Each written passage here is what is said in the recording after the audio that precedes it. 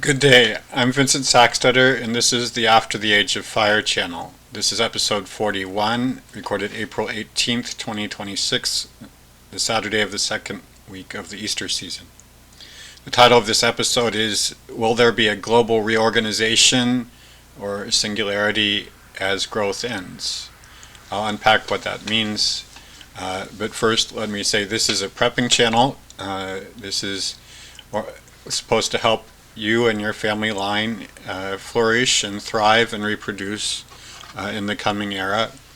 We're ending an era of about 250 years of doubling every 22 years. The human race had twice as much as we had the previous 22 years earlier.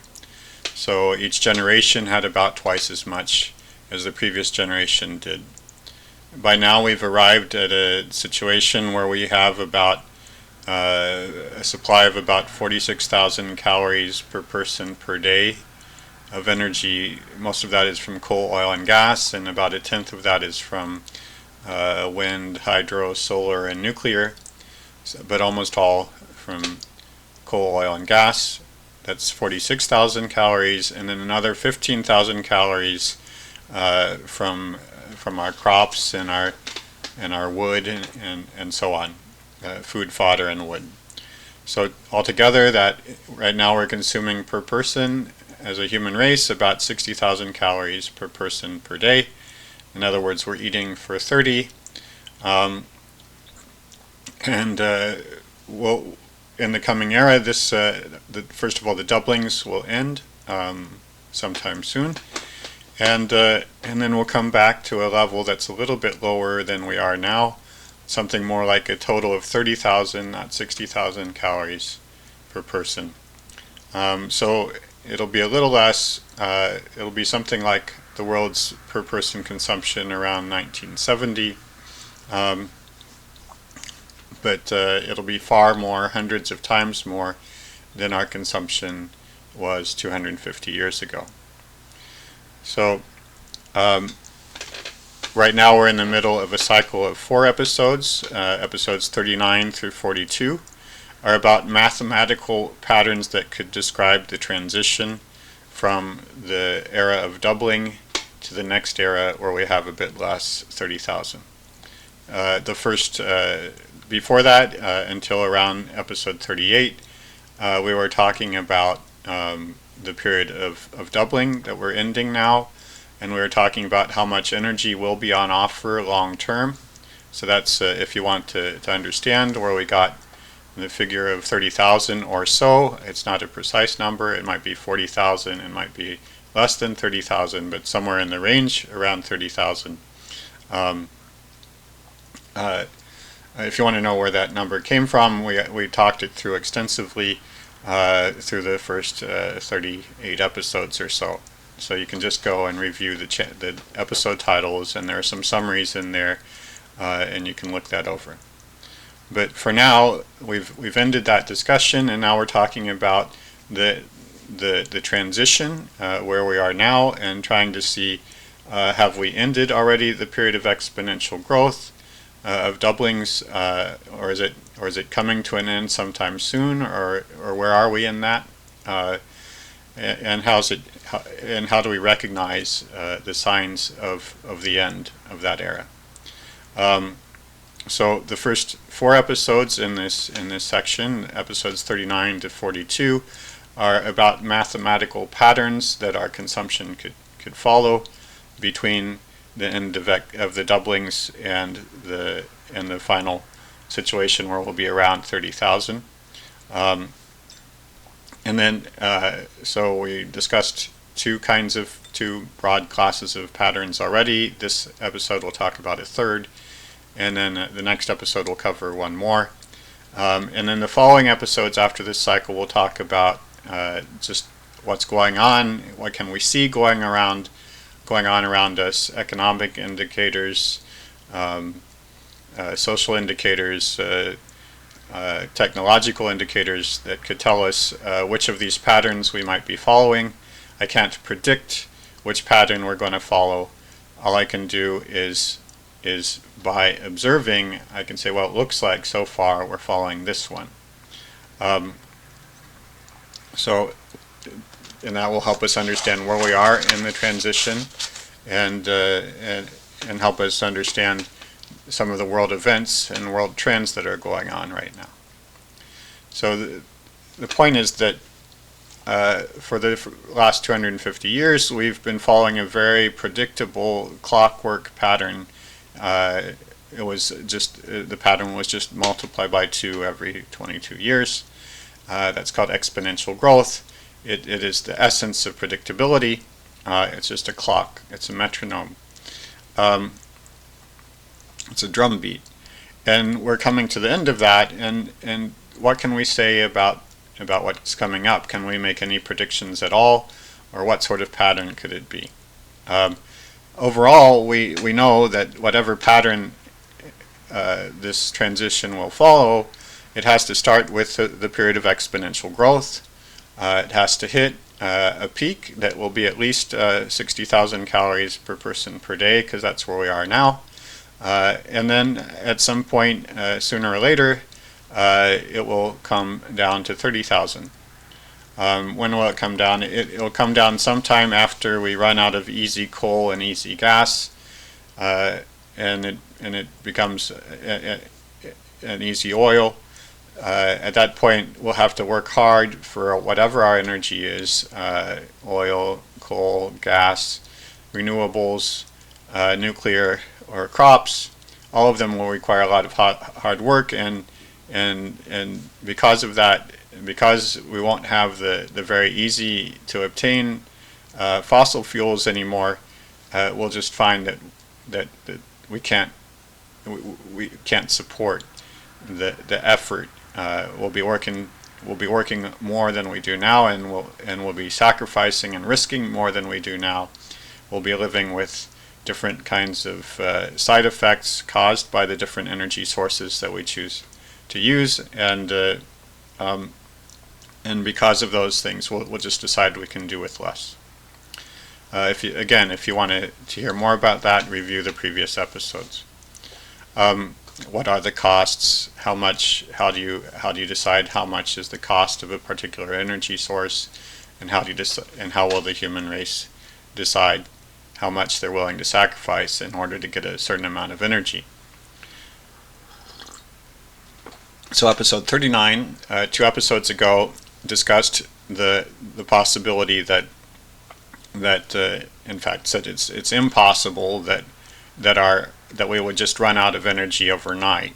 We're in the position of a stunt biker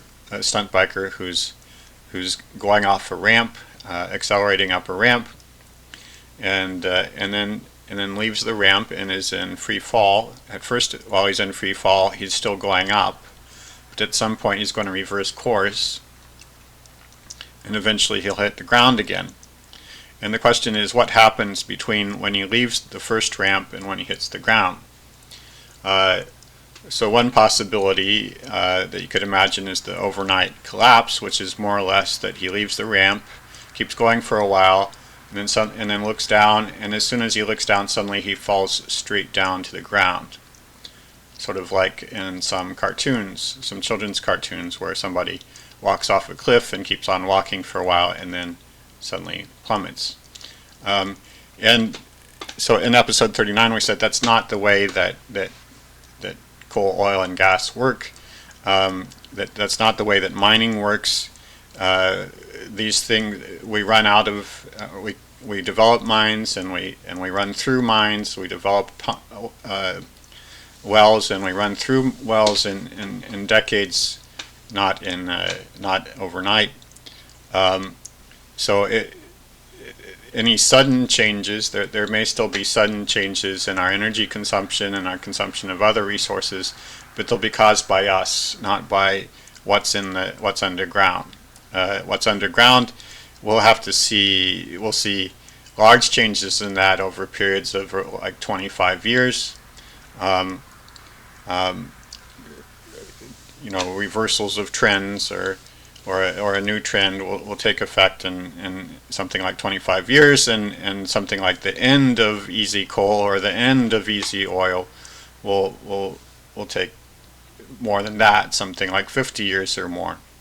So this transition, at least in our energy supply, will take decades. It won't happen overnight. Then episode 40, the one before this, discussed the possibility that we might take the most smooth and orderly path from where we are now to reversing course and then settling down to a steady 30,000 sometime in the future. The point is to make it as orderly as possible. Could this happen in a very orderly way? So we would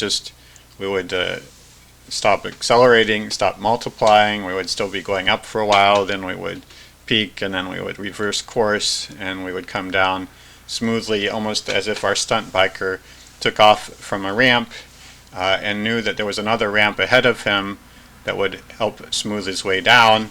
So he would fly through the air for a while and then meet the next ramp, and that would help him go down. Okay, help him hit the ground smoothly. And in principle, there's nothing. The result of last episode was that there's no way to exclude that we could do it in the most orderly way possible.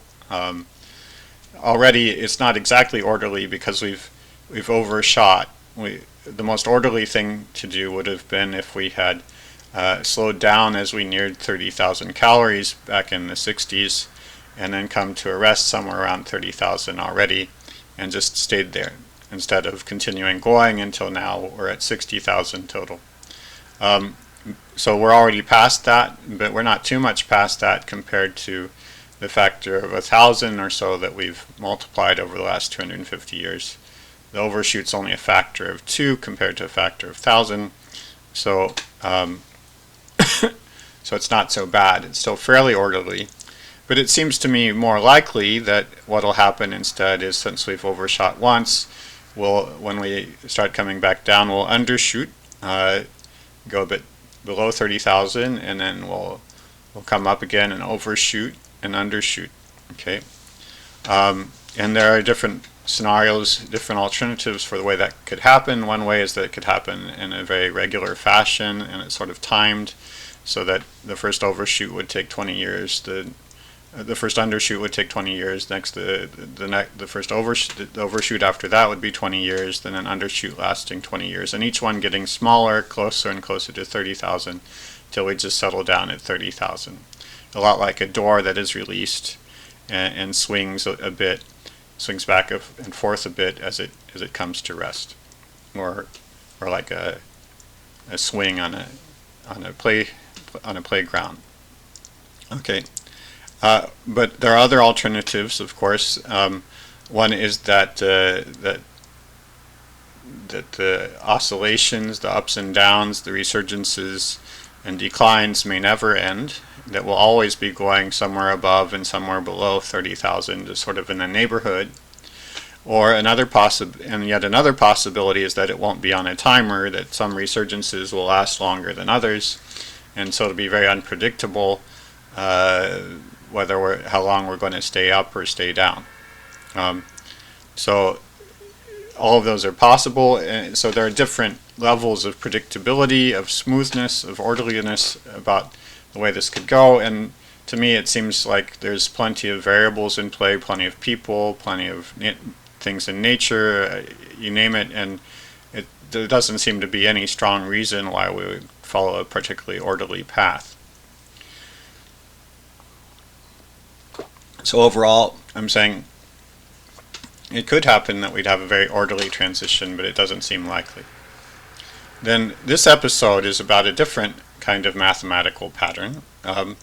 It's the kind of pattern that describes a global reorganization of the human race, or in some contexts it's called a singularity. Now when people say singularity, when they say that there may be a singularity coming, often the people who say that are are maybe transhumanists, people who think that the human race will be somehow superseded or incorporated into some other entity, something with maybe AI or maybe some particular superhumans that have possibilities and powers that are far beyond what the rest of us have, and or maybe consciousness will be uploaded to some computer in the sky. I don't know what. That's not the sort of singularity. Sure, you could. This is one. That's not the only kind of singularity there is. There are many kinds of reorganizations that happen where something. In fact, we see reorganizations of different things around us all the time, and I'll give many examples in this episode. Just where something's like, for instance, you're getting ready for a test, and as you're getting ready for a test, you're preparing for something on a particular date. You're done preparing. The test is done, and you're on to other things. That's a reorganization, or in other words, a singularity. So I'm not meaning to say anything particularly positive about the transhumanist agenda or anything like that. I don't think. Well, in fact, I will discuss that in coming episodes. Whether anything like that seems to be in the cards, but that's when I'm talking about a reorganization. I'm not talking specifically about that. Another thing that I'm not talking about is something like Marxism, where, as if I were predicting a new world order, saying it's on the way, or maybe it's on the way, or having any particular ideas about what this new world order is. Okay, I'm not. I'm just talking about ways that the human race may reorganize itself, or may be forcibly reorganized by its circumstances as we go through the end of exponential growth. Now, the next episode. I'm sorry. Let me back up. There are two kinds. Let me emphasize. There are two kinds of reorganizations that you can think of. One is where we somehow, by interacting with each other and all our myriad ways of interacting, figure out a new way of living, or just do it by collective action and individual action. So it's something that we do. And another kind of reorganization is something where we're forced into something. We're forced into a different way of life. And in this particular episode, I won't be distinguishing that much between the two kinds of reorganizations. As for how they actually happen in the lead up to the reorganization, they have many things in common, so I'll be discussing what they have in common. In later episodes, I will discuss those two kinds separately and try to figure out, are we doing one or the other, or neither. Now, the next episode will be about unpredictability and lack of control after this period of doublings is ended, about risk, about strategies for risk management, and about the end of our control. So with that, I'll launch into this episode. I want to point out that compared to the previous two episodes, there's a shift in focus. In the previous ones, we've been talking about the limit on our consumption as if it were something that's going to happen to us, like running into a wall. But that's not an entirely accurate picture of what's happening, because that limit to our consumption also has something to do with us. The fact is that we are adapted to this particular world, to living in this particular biosphere with these particular species and weather and so on. And if anything in our world changes too much, we sicken and we die. It just all sorts of things go wrong with us, and many of the things that you observe around you that are troublesome have something to do with the world having changed. There's a limit to what we can adapt to, and that limit is the reason why we are unwilling to cut down every tree, every plant, every year, make sure the world is bare and burn it all for our needs. That's why we're unwilling to send the whole human race underground to mine coal, and so on. We have limits to what we're able to endure. And the more we multiply our consumption, the more the world changes. And at some point, we'll have changed the world so much that we can't endure it anymore. Another way of saying that is it's not necessarily all about the world imposing a limit on us. It's something about us, that our growth contains the seeds of its own end. It's self-limiting.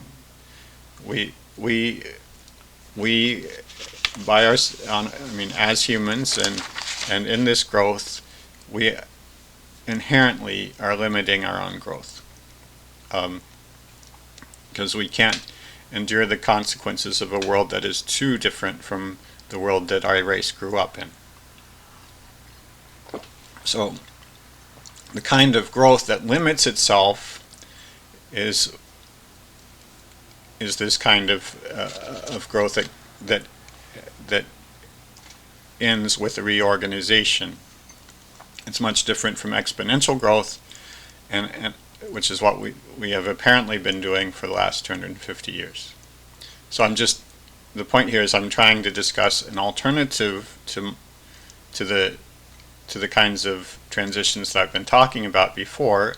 One was a very smooth, orderly transition, where somehow the system just sort of adjusts and maintains the status quo as it comes to rest at 30,000 calories, or the previous episode was about an abrupt transition to 30,000 calories. Now I'm talking about something where it's not maintaining a status quo in any sense. Instead, things completely change along the way between where we are now and 30,000.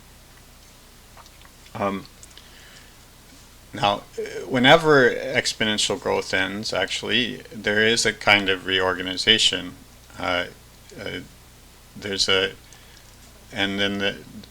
Whatever has been growing sets on a new path for itself. So we can think of, by analogy, we can think of the transition between childhood and adulthood. You start with somebody who's 14 and then you come to where they are in 18, and there's often no way of predicting where they're going to be at 18. You'd be amazed. You look at the person at 18, and you're just amazed that they're here when at 14 they were in a completely different place, and by then maybe they're already setting into a particular track, a particular chosen career, or something like that.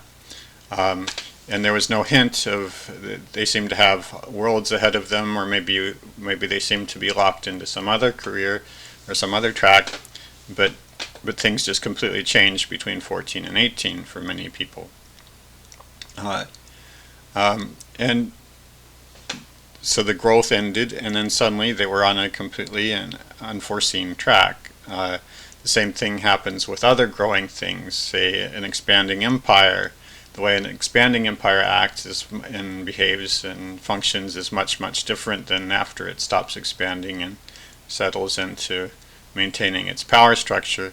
Also, if you have bacteria in a petri dish or some other friendly environment, the way that they're growing while they have abundant resources and the way that they interact with each other will be much different than after the resources start to get scarce.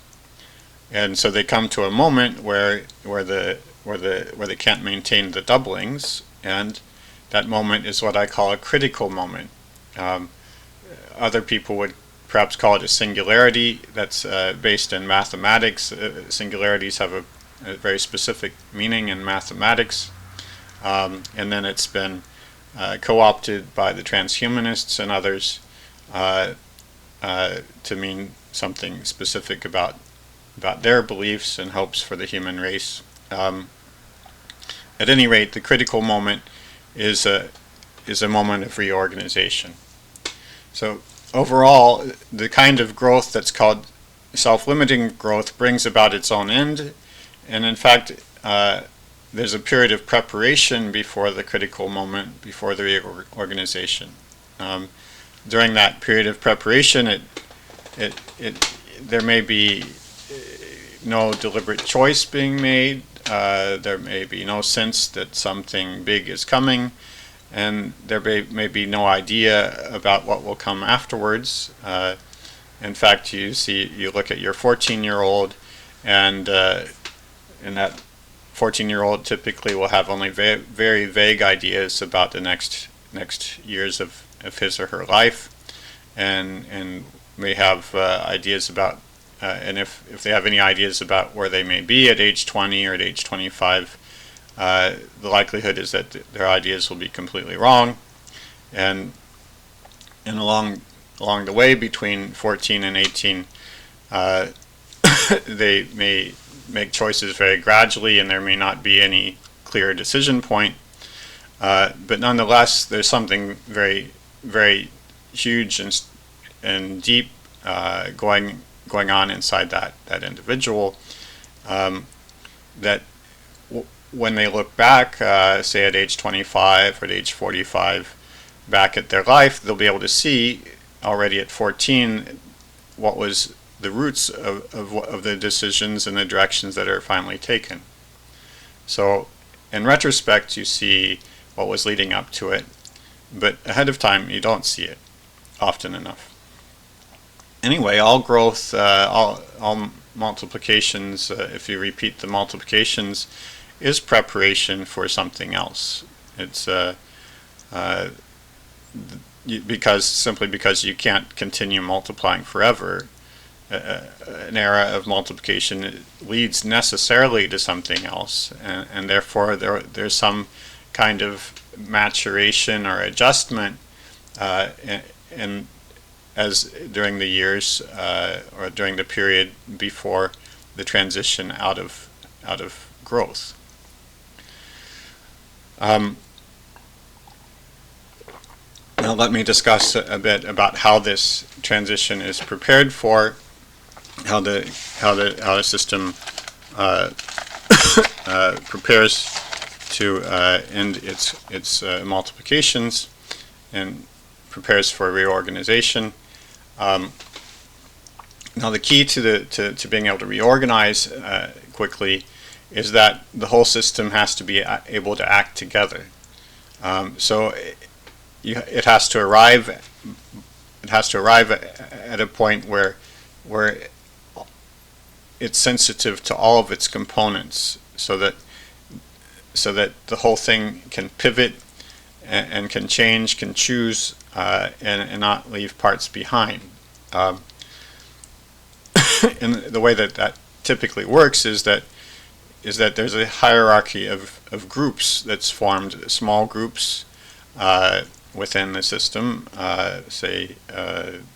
I think a good analogy is of a modern army. So there's fire teams of 3 or 4 people, and they're working together in some way. They're not necessarily doing exactly the same thing, but they're coordinating in some way very closely. And then that fire team, several of those fire teams will be coordinating to make a squad of people, roughly 10 or so, and the squad, several squads will coordinate to make a platoon, and several platoons coordinate to make a company.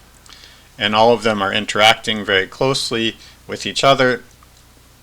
Now, and that sort of hierarchical organization allows the whole, say, company, or companies make up battalions, or to have very close coordination with each other.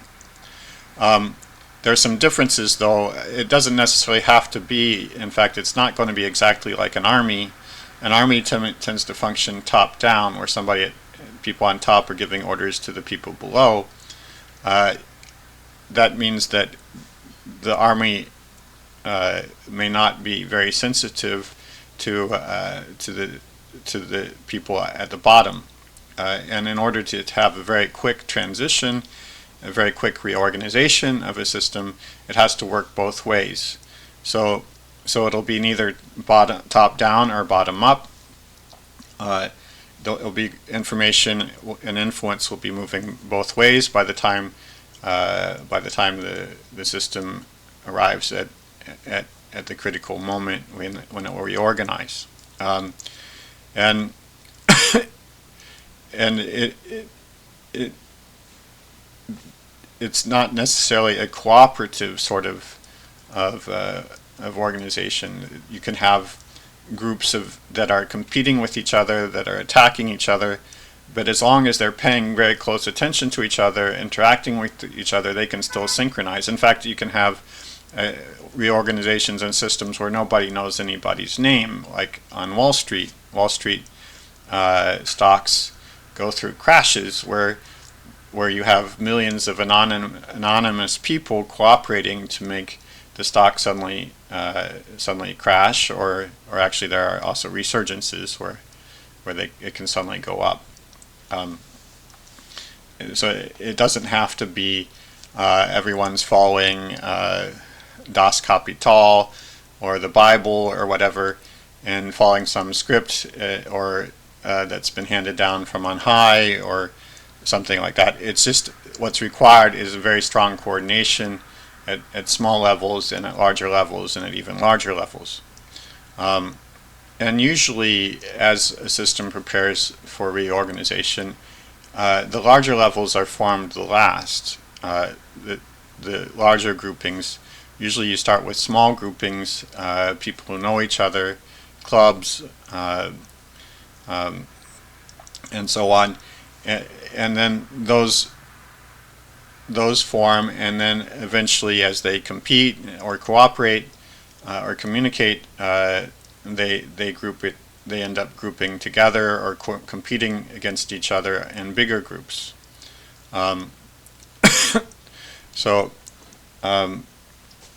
in fact, unlike an army where, like, the platoons within a company stay fixed, so a particular company has the same platoons all the time, and typically in a system that's about to reorganize, you can have switches so that a company may lose a platoon to another company, but maybe gain a platoon from yet another company. There'll be changes in direction, changes in leadership, changes in idea, but the point is that they'll be very closely synchronizing with each other. And this sort of very strong cooperation at all levels will prime the system to make so that finally when everything comes together and everyone is synchronizing or competing, then it'll be ready to make very quick changes and reorganize and choose some completely new direction, which probably nobody knew ahead of time. So once again, I want to emphasize that this is not Marxism. I'm not predicting any particular outcome for where the human race will go after the end of our growth. I'm just describing how a reorganization would work if it did happen. So already I talked about the alternative of an overnight end to our overnight reduction in our consumption, and then I discussed different levels of orderliness, and now I'm discussing another alternative, which is a different thing, which is the reorganization pattern. Now there are some warning signs that you can look at a system and if you see these going on while a system is growing, these are hints or signs that it may be preparing for a reorganization.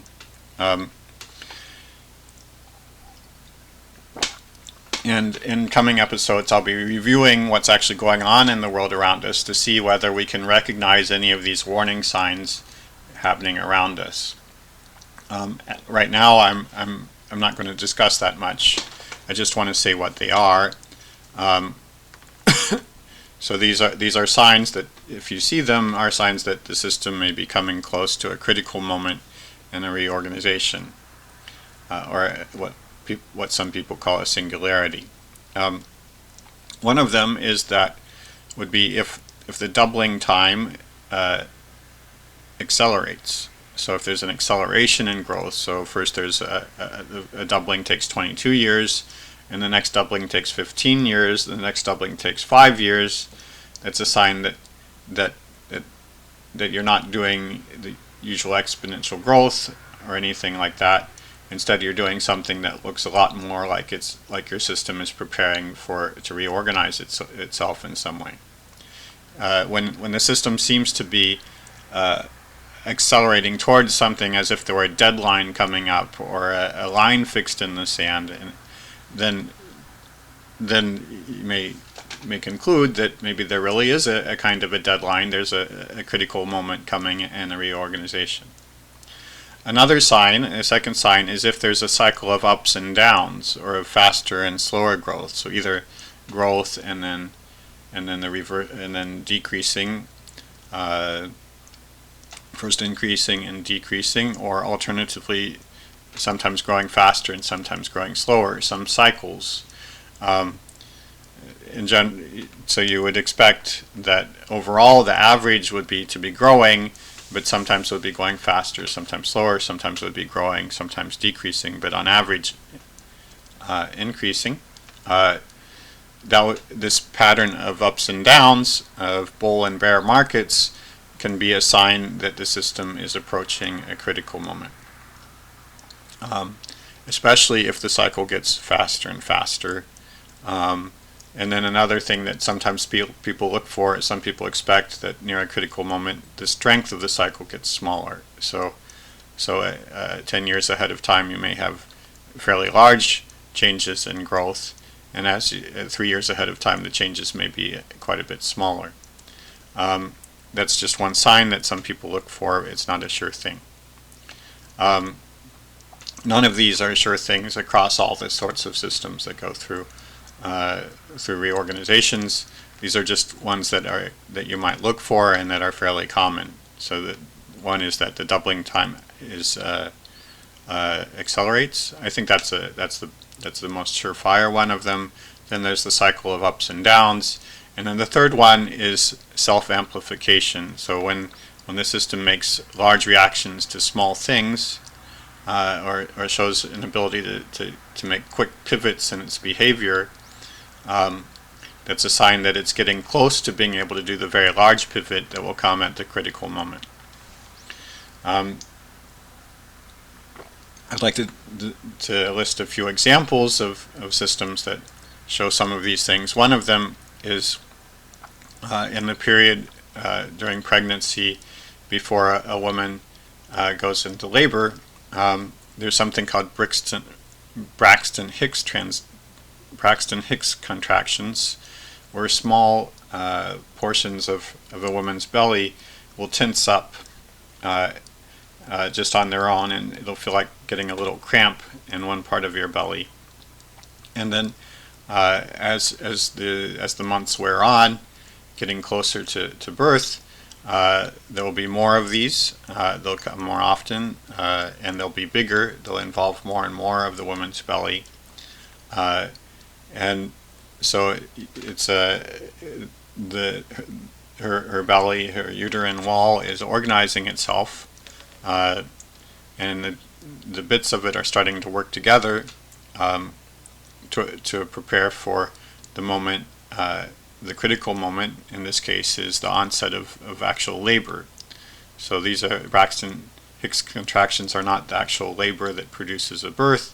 They're a different stage, a different kind of, and the reorganization that happens at the critical moment is when finally the whole uterine wall coordinates together and begins acting together to help the baby be born. And in fact, interestingly enough, that critical moment is the beginning of another cycle of self-limiting growth, where now there's a period of contractions that come faster and faster, go stronger and stronger, and end in the actual birth. So there are two critical moments, one at the onset of labor, and another one is the birth. Another one I mentioned already is any time that we are preparing for a party or a wedding or a test. There's an increase in tempo as you get closer to the deadline, and then finally you arrive at the critical moment, the party, the wedding, the test, and once it's done, and you're on to other things. You reorganized. Another one. Now those all three that I mentioned just now are are things that somehow we have a role in, or the woman's body has a role in making it happen.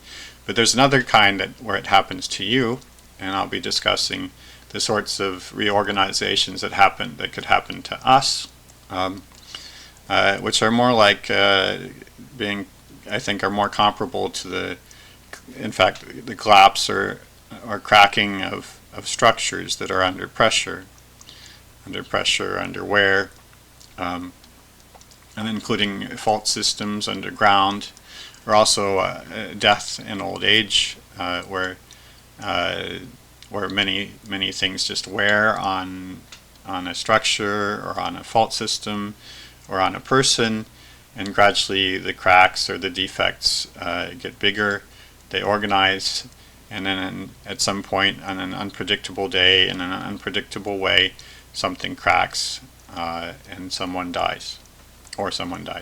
Okay, and along the way, for instance, in earthquakes, in fault systems, as you get close to a big earthquake, often you have foreshocks that come closer and closer together and get bigger and bigger as you approach the main shock.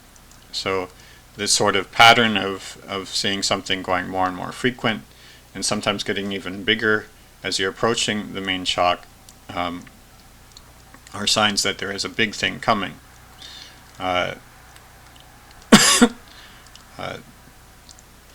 So those are some examples. I want to talk a little bit about the math of systems that are self-limiting, that prepare for a reorganization. There's lots of mathematical models, very simple ones, that describe this sort of thing.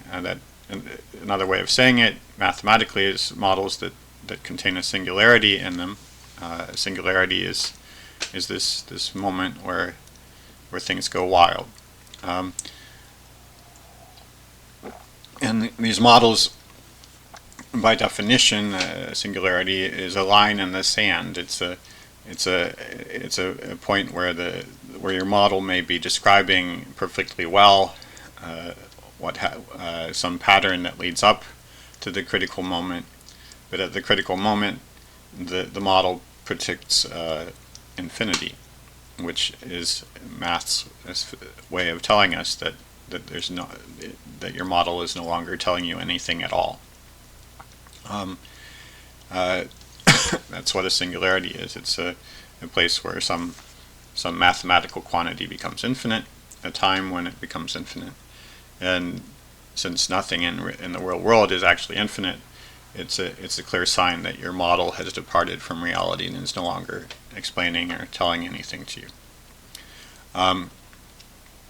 So in particular, once you've hit this particular critical moment in your mathematical pattern, since it doesn't tell you anything, it is unable to tell you anything about what happens at that moment, whether it may tell you perfectly well, if you were very lucky, what your adolescent is doing, but at the critical moment, it's unable to tell you whether he's going to start fishing in Alaska or start mining gold in Africa, or become a dentist. At that point, since it can't tell you anything at the critical moment about what happens then, it can tell you anything about what happens afterwards. There's a line in the sand.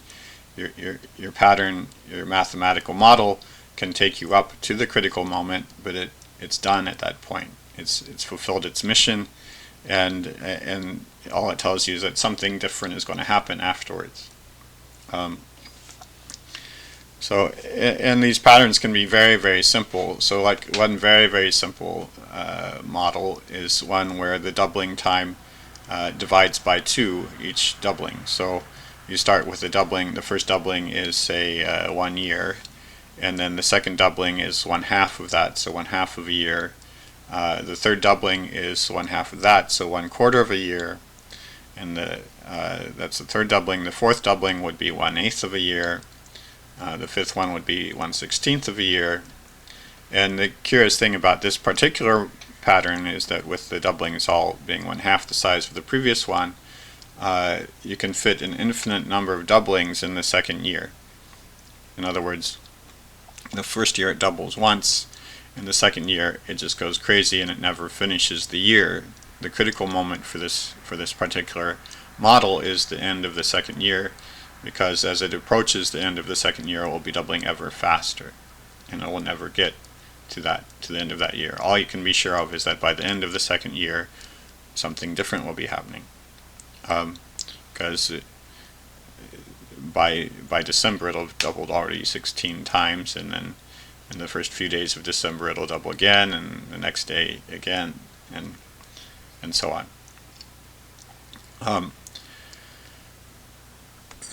So in some sense, this kind of self-limiting growth, the growth that prepares for a reorganization, for a critical moment, is faster than exponential growth. It starts out, it may start with exponential growth or with any other pattern. Okay, it may be indistinguishable from any other pattern, but then at some point it takes on a life of its own, and then goes for broke.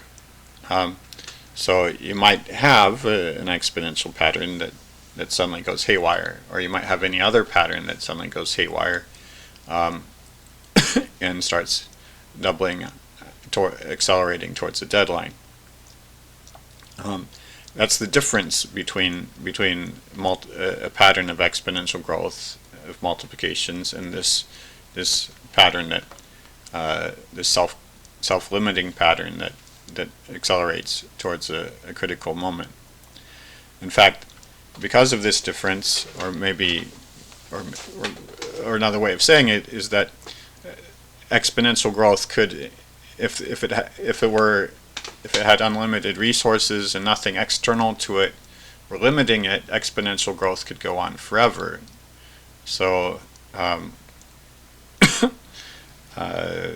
for example, if you had bacteria in a petri dish, and you made the petri dish as large as the Earth, the bacteria would go on multiplying until they have reached the size of the Earth. But then if you had an even bigger petri dish, say as big as the solar system, they would just keep going until they had reached the size of the solar system.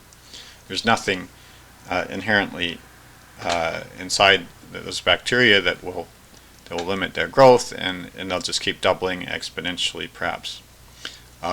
That's much different from a self-limiting growth, where there's a deadline involved, and it's just it's just how big the system can get before the deadline. Or another way of saying it tries to occupy the entire universe by the deadline. It goes infinite. Of course, it can't quite go infinite. So at some point, but at any rate, it has a built-in limit that on a particular deadline, a particular day, particular second, it'll be done. Now, in reality, actually, it'll be done a little bit before that, because it'll meet some limit. But it's different from exponential growth, because exponential growth doesn't have anything inherent to itself. It doesn't. Its pattern allows multiplications to just go on forever.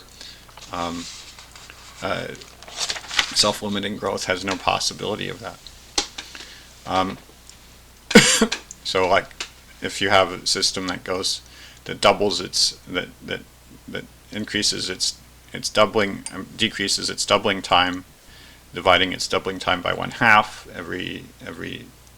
every time. So it starts with 1 year, and then a half year, a quarter year. There's no way it can possibly get past 2 years. All you know is that something else is going to take effect before you end those 2 years.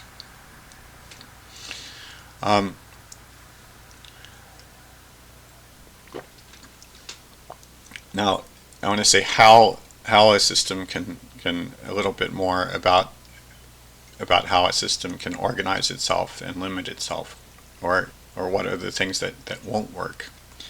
Well, in particular, one thing that doesn't work for allowing a system to limit itself and to accelerate towards a critical moment is its multiplications can't be based on something physical. on a real physical, tangible thing, because if the system, suppose it goes 2 times faster, it is accelerated, it's doubling time, it goes 2 times faster. Now it produces 2 times more stuff, this real tangible thing, maybe more bacteria, or more machines, or more wealth, assuming that wealth is a real tangible, say coins, okay, gold coins, okay. You have 2 times more of this stuff, okay, and this stuff, whatever it is, if it's tangible, if it's real, if it's physical, will take up space. Suppose it's mining machines, okay.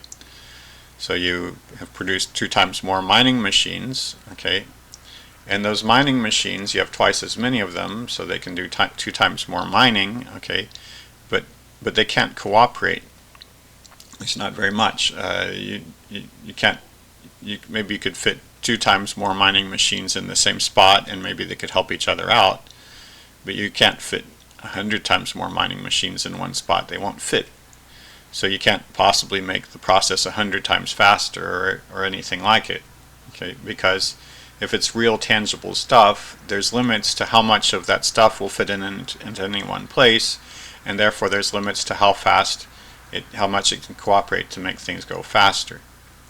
So what I'm saying is that if you see a system that keeps accelerating its doubling time, that keeps accelerating towards a limit,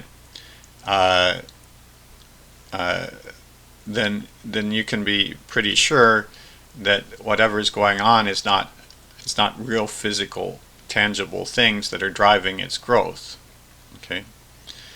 Instead, the only way that that this can happen, that an organization can accelerate towards a critical moment this way, is if something non-physical is going on, some kind of cooperation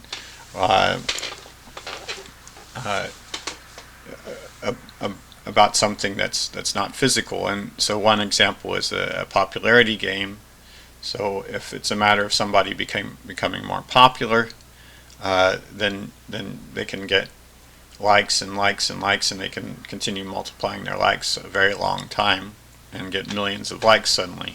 Okay, maybe not a very long time, but it can go faster than exponential can go.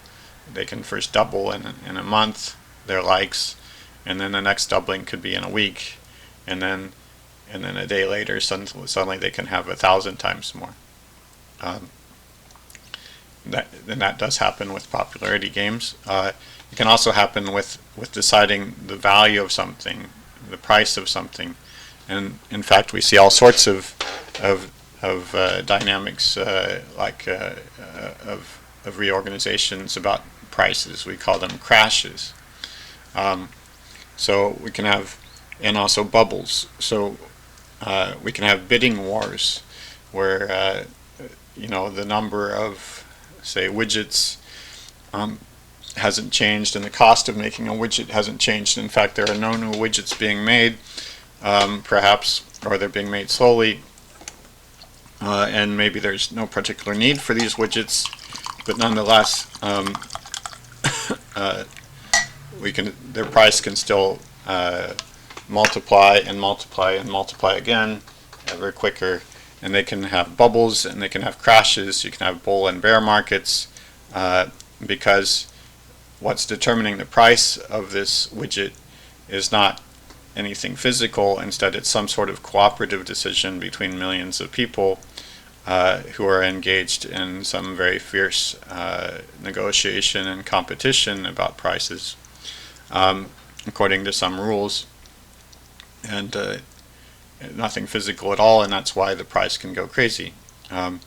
It's based on group cooperation and imitation, and because it's based on nothing particularly physical,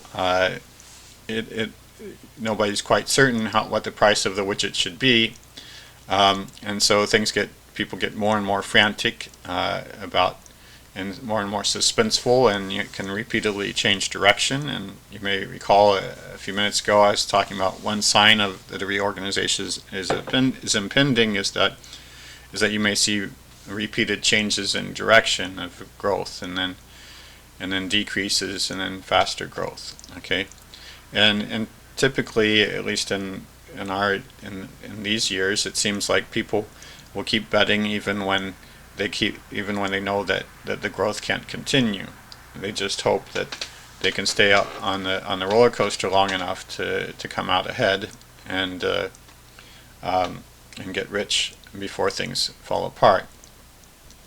Now, one problem with understanding or predicting things about these roller coasters and these booms and busts is that it's very difficult to say whether the current crash or this current bubble is the critical moment, or whether it's one more step in the cycle. So you may go through a tremendous crash, and you may still be left wondering whether this was really the critical moment, or whether there's going to be another uptick, and if you just stay in, maybe you'll end up ahead of everyone else who sold, richer than ever. So it's hard, even when you do see clear signs of an approaching critical moment, it's very hard to make clear predictions about what's going to happen or when it's going to happen. So I'll just discuss one example, and that'll end this episode. I want to discuss the price of real estate in Seattle, of homes in Seattle, in Washington State, in the United States, from 1993 to 2006, and then onward from that until 2023. This is interesting, I think, because there was a crash in the United States real estate prices across the entire United States in 2006, starting in 2006 summer of that year until 2007, and that crash led into much worse things for the financial markets, the banks, and around the United States and across the world in 2008. It became a global financial crisis in September 2008, and that financial crisis was huge. It seemed definitive at the time, and it seems like a good candidate for being a critical moment. And the main thing I want to point out, actually I want to point out two things, but one thing I want to point out is that before the crash in 2006, the Seattle real estate market, I just chose it because I lived there for a while, but I think you would find that in many other real estate markets around the U.S. during the same years. But from 1993 until 2006, it had already gone through two cycles, upticks and falls in its growth, and they were accelerating. So in 1993, it was the doubling time was 19 years. So if the real estate prices had continued, they were growing by about 5% per year in 1993. If they'd continued that way for another 19 years, the prices would have doubled. But in 1995, there was a downturn, and it was half that rate. It was about 33-year doubling time, so about 3%. And then there was an uptick in 1997, and now is closer to 14%, or a 7-year doubling rate. So 1993, 19 years, 2 years later, 33-year doubling time, 2 years later, a 7-year doubling time. So that's a hot market, right? Everyone wants in. So that was the first cycle lasted 4 years. Then there's another cycle that lasted from 97 to 2005. At the start of that cycle, it was a 7-year doubling time, and then in 2001, 4 years later, the doubling time had sunk it was now 16 years, so it was slow growth. That's like 6% growth now. But in 2005, it was really fast. It was up to 4.4 years. So that's something like 20% or more growth per year. It was immense. If you had a house then, and if it kept going like that, you'd be rich in no time.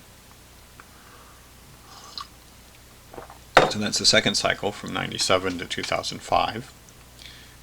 And you can see that the high points went from a 19-year doubling time in 93 to a 7-year doubling time in 97 to a 4.4-year doubling time in 2005. So the swings were getting more and more extreme. And in 2006 came the crash in the Seattle housing market and in the whole housing market across the United States, which led to the huge worldwide financial crisis in 2008. So there you have two cycles, which would be a diagnostic, and the cycles were getting more extreme. It was a diagnostic that something was coming, but then the odd thing is that there were decreasing prices in the Seattle housing market from until 2011 for about 5 years. But then in 2012 they picked up again. 2012 the doubling time was 11%. It was 9 years, which means 11% growth per year, and it stayed that way from 2012 to 21. It was always higher than 11% per year, or and sometimes considerably higher, or that means the doubling times were always 9 years or less from 2012 to 21. And in fact, the hottest it ever got was in that period was 2021, when it was a 3.6-year doubling time, which was faster than any time since 1993.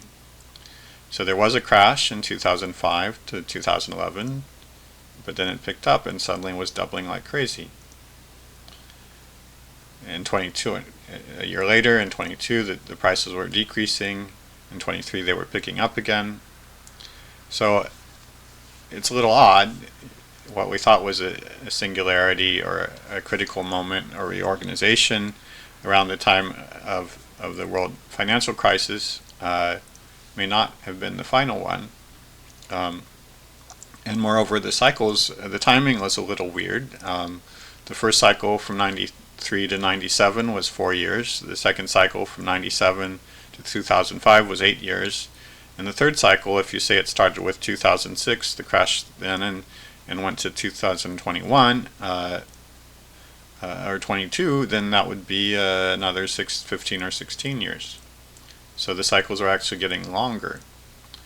And then maybe there was a cycle from 21 to 23. Maybe we should consider that a cycle, because it did decrease in 22 and it was extremely fast in 21, then a decrease and then growth. So you see a diagnostic of something going on that looks like it's self-limiting, like it's preparing for a critical moment. But on the other hand, it eludes prediction. Anyway, I just want to describe a real-life system that does this, that's showing this sort of thing, and it's clearly not being governed by real, physical, tangible anything. That's this sort of very variable, extremely variable doubling times, and accelerating doubling times has nothing to do with the real physical property being traded. It's something in people's heads, and it's clearly something like the reorganization physics that I'm talking about, and preparing for a critical moment. So with that, I'll close this episode.